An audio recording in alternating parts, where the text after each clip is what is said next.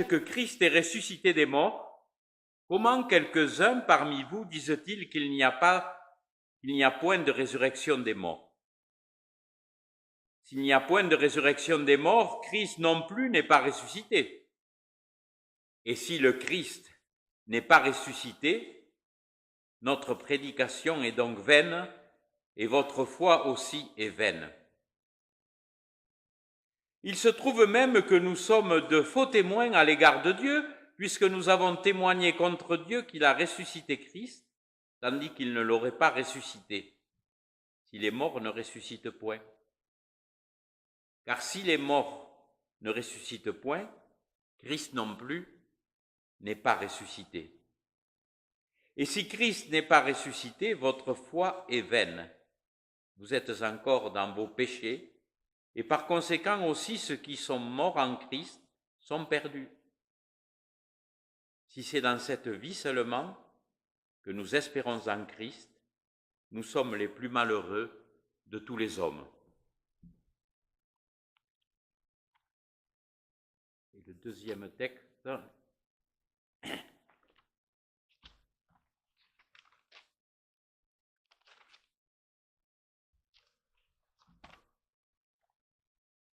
est dans l'évangile de Luc.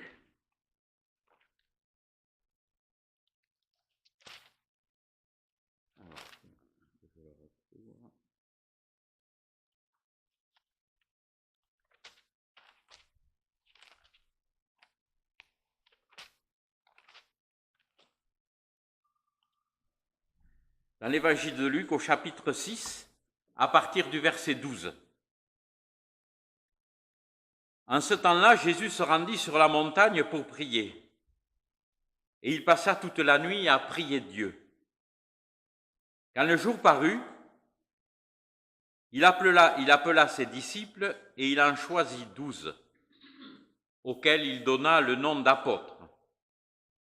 Simon, il nomma Pierre, André son frère, Jacques, Jean, Philippe, Barthélemy, Matthieu, Thomas, Jacques, fils d'Alphée, Simon, appelé le Zélote, Jude, fils de Jacques, et Judas Iscariote qui devint traître. Il descendit avec eux et s'arrêta sur un plateau où se trouvait une foule de ses disciples et une multitude de peuples de toute la Judée, de Jérusalem et de la contrée maritime de Tyr et de Sidon. Ils étaient venus pour l'entendre et pour être guéris de leur maladie. Ceux qui étaient tourmentés par des esprits impurs étaient guéris, et toute la foule cherchait à le toucher, parce qu'une force sortait de lui et les guérissait tous. Alors Jésus, levant les yeux sur ses disciples, dit : « Heureux vous qui êtes des pauvres, car le royaume de Dieu est à vous. Heureux vous qui avez faim maintenant, car vous serez rassasiés.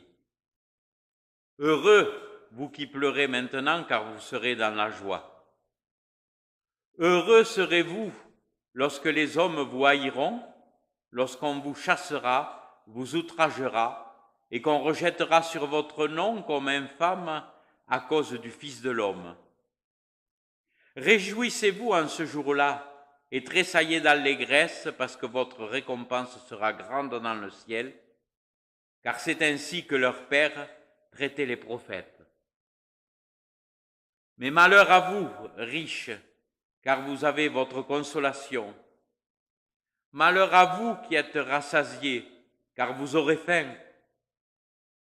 Malheur à vous qui riez maintenant, car vous serez dans le deuil et dans les larmes. Malheur lorsque tous les hommes diront du bien de vous, car c'est ainsi qu'agissait leur Père à l'égard des faux prophètes.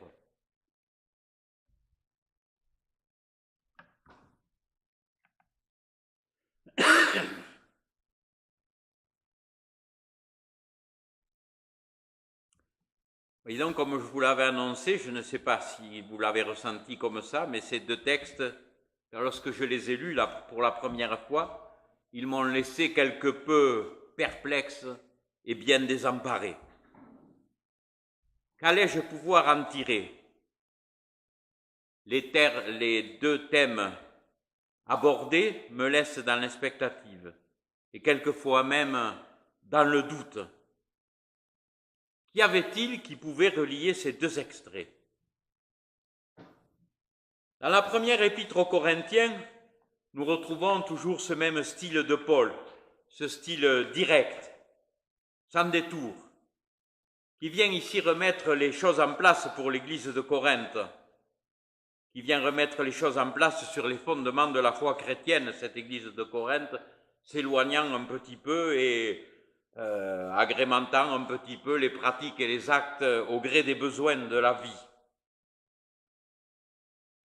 Le sujet qui est abordé est peut-être le plus délicat pour moi, le plus difficile pour en faire un commentaire, de par les interrogations qu'il suscite chez les uns et chez les autres. Et il n'est pas si facile d'adhérer au sujet abordé, la résurrection. Deux résurrections. La résurrection du Christ d'un côté, la résurrection des morts de l'autre. Si la première arrive à faire un consensus, tout au moins dans les milieux chrétiens, pour la seconde, c'est beaucoup plus problématique. Lorsque nous parlons de cet état de choses autour de nous, force est de constater que nous ressentons une certaine gêne. Et toutes les réponses possibles y passent, de la négation jusqu'à l'acceptation. Nous constatons aussi que beaucoup d'entre nous ressentent une certaine gêne avec un sentiment d'embarras. Je reçois ça, mais je ne sais pas quoi en faire. Qu'est-ce que je vais faire de cela? D'autres ont trouvé la parade et se retranchent derrière cette aide de Dieu que nous recevons au quotidien. C'est cela pour eux la résurrection, pouvoir vivre dans la joie, profiter des bonheurs quotidiens, profiter de ses enfants, profiter de ses petits-enfants, profiter de ses amis, profiter de la vie de la communauté. En fait, ce que veut faire Paul, et ce qu'il fait souvent dans ses lettres, c'est qu'il veut provoquer un réel électrochoc. Il veut susciter une réaction de la part du peuple de Corinthe. Et au travers de ce peuple, il veut susciter de nous une réaction. Vous ne pouvez pas faire n'importe quoi, n'importe où, n'importe comment. Tout n'est pas permis. Au-delà de ce fait de la résurrection de Jésus et de ce monde nouveau qui nous est annoncé, il en va de notre responsabilité.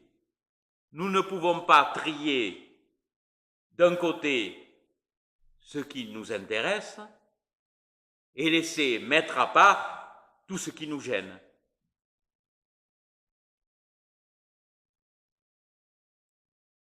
Le pasteur Borde nous a longuement parlé pendant les semaines qui ont précédé de cette semaine de l'unité. Et je me suis posé beaucoup de questions. L'unité des chrétiens. Qu'est-ce que ça peut être, l'unité des chrétiens? Nous avons tous des pratiques bien différentes, des textes bien différents, même si toujours nous faisons référence à la Bible. Et je ne crois pas, même si cela a fait beaucoup de progrès, que nous soyons prêts, ou les uns ou les autres, à abandonner cela. Donc l'unité des chrétiens, ça me pose un petit peu un problème. Il faut en toute chose chercher à être fidèle à l'Écriture et à ce qui nous est demandé, et savoir aussi dire quand l'on ressent des gênes. Unité des chrétiens, ça ne me parle pas trop. Œcuménisme, comme l'on disait à une certaine époque, encore moins. Dialogue interreligieux, oui, cela me parle. Et nous le vivons ici dans notre région depuis de nombreuses années. Nous dialoguons alors qu'avant nous n'arrivions même pas à parler entre nous. C'est déjà une grande chose. Mais le moment de l'unité pour moi n'arrivera que lorsque le royaume de Christ reviendra sur terre. Mais nous avons aussi une autre responsabilité par rapport aux Écritures. Parce que l'Écriture ne nous demande pas d'être bien qu'avec les chrétiens, qu'avec ceux qui nous ressemblent. Ça, c'est facile. Mais il nous demande d'être aussi attentifs au monde des non-croyants, à tout ce monde qui nous entoure. Car si Dieu nous laisse la liberté de nos actes et de nos décisions, il nous demande d'être présents pour tous les hommes. Dieu peut, et il le fait, nous envoyer des signes que nous ne comprenons pas ou que nous n'identifions pas comme tels. Mais ces signes vont tous dans le même sens. Mettre à mort la mort et redonner tout son sens à la vie. Parce qu'au fond de nous, il y a quelque chose qui nous angoisse. La mort, le vide, le néant, la maladie, la solitude, le sentiment de se sentir inutile. Tous les jours, le monde nous rappelle que la vie est une lutte de tous les jours. Les persécutions, les guerres, les famines, les catastrophes naturelles ou provoquées par l'homme. Vous voyez bien, avec cette rupture de barrage qui a eu lieu en Amérique du Sud il y a quelques semaines, nous sommes totalement impuissants vis-à-vis de cela. Jésus se moque pas mal d'être un incompris. Jésus se moque pas mal d'être un gêneur. Il se moque pas mal d'être un empêcheur de tourner en rond. Mais il ne veut pas que nous nous laissions piéger par des questions qui ne sont pas de notre ressort.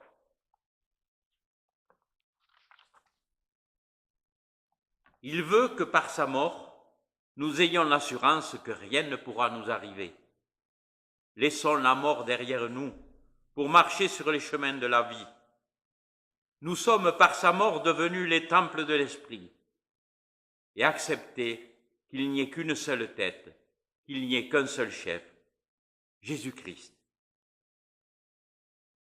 C'est ainsi que nous en arrivons petit à petit à ce deuxième texte dans l'évangile de Luc, appelé aussi le sermon dans la plaine, plus connu peut-être dans sa forme dans l'évangile de Matthieu en sermon sur la montagne.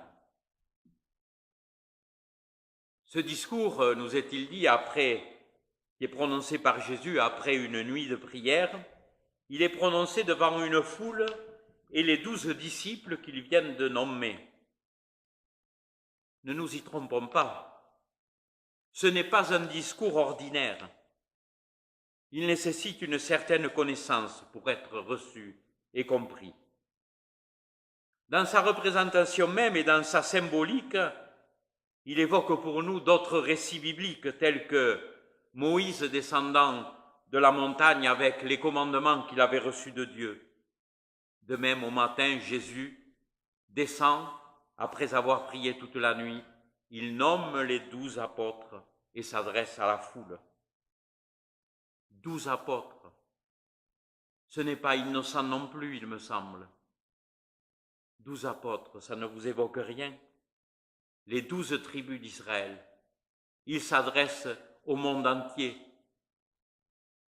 Il veut que sa parole rayonne sur le monde entier. Il se passe là donc quelque chose de très important. Une nouvelle mission, tout aussi importante que la révélation donnée par Dieu à Moïse. Et le récit même est dans sa construction semblable aux 10 commandements. Il est divisé en 2 parties. Les 10 commandements, vous savez, il y a 5 commandements qui sont destinés aux hommes d'un côté, 5 commandements destinés à Dieu. Là, dans ce récit, nous avons 2 parties, les versets 20 à 23, 4 points positifs, heureux. Une autre partie, les versets 24 à 26, 4 sanctions, malheur. Toujours présent à nous cette dualité, cet équilibre entre le bien et le mal. 4 sanctions, 4 dangers si nous n'acceptons pas de changer, pour se terminer un peu plus loin dans le texte au verset 31 que je ne vous ai pas lu, sur ce qui est pour moi l'aboutissement ultime de l'amour et de la loi, ce que vous voulez que les hommes fassent pour vous, faites-le de même pour eux. Magnifique enchaînement. Quel enseignement prodigué aux 12, aux disciples. Dieu ne se contentera pas de ce que nous sommes. Il veut que nous allions plus loin dans notre recherche.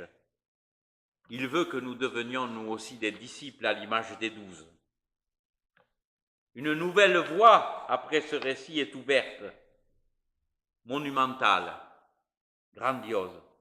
Mais quelle responsabilité pour nous! Serons-nous dignes et capables de cette mission qui nous est confiée? Je réponds oui, si nous acceptons la règle du jeu, telle qu'elle nous est donnée dans l'Écriture. Il nous faut suivre le Christ comme la foule des anonymes le fait, comme les disciples l'ont fait, comme ceux à qui Paul demande de se ressaisir et de ne pas renier ce pourquoi ils se sont engagés, même si le chemin est caillouteux et difficile. Nous tomberons, nous trébucherons, parce qu'il nous est difficile de lâcher nos habitudes, difficile de lâcher nos certitudes, parce que nous ne savons pas nous abandonner aux joies simples, dans le respect de chaque individu. Jésus-Christ a bousculé les grands, il a bousculé même les prêtres du temple, il a côtoyé des personnes dites non fréquentables, mais rien n'a arrêté, rien n'a entravé sa marche. Le plus difficile pour nous sera de marcher en gardant un œil à droite et un œil à gauche pour scruter ce que nous demande Dieu, en essayant de garder un équilibre entre le message que nous avons à apporter et la façon dont nous l'apporterons. Que nos paroles ne soient pas découperées, mais qu'elles apportent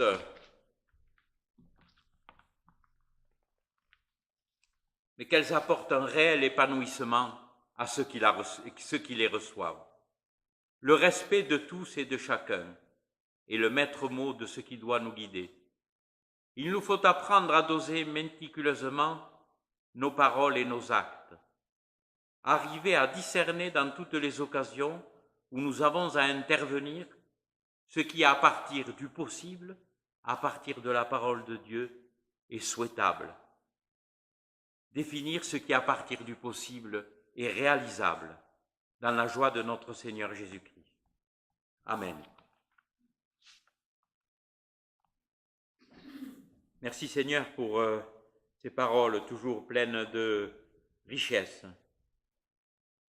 troublantes, intrigantes, austères, mais si utiles pour affermir notre foi, pour nous aider à avancer sur le chemin que tu as tracé pour nous.